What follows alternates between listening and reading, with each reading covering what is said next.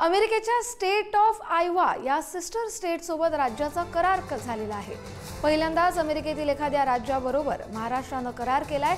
एकीकडे Bharat America trade war सुरू असताना आयवा स्टेट बरोबर करार झाल्याने त्याला महत्त्व प्राप्त झालंय। अमेरिकेचे आयवा राज्य कृषी तंत्रज्ञानात मोठ्या प्रमाणात प्रगत आहे आणि महाराष्ट्रासोबत सामंजस्य करार झाल्याने त्याचा मोठा फायदा महाराष्ट्राला होणार आहे। कृषी आणि कृषी तंत्रज्ञान ज्यामध्ये एआय असेल, ज्यामध्ये मेकनायझेशन असेल, अशा विविध गोष्टींवर एकत्रित काम करण्याचा आम्ही निर्णय घेतलेला आहे। आणि याकरता त्यांची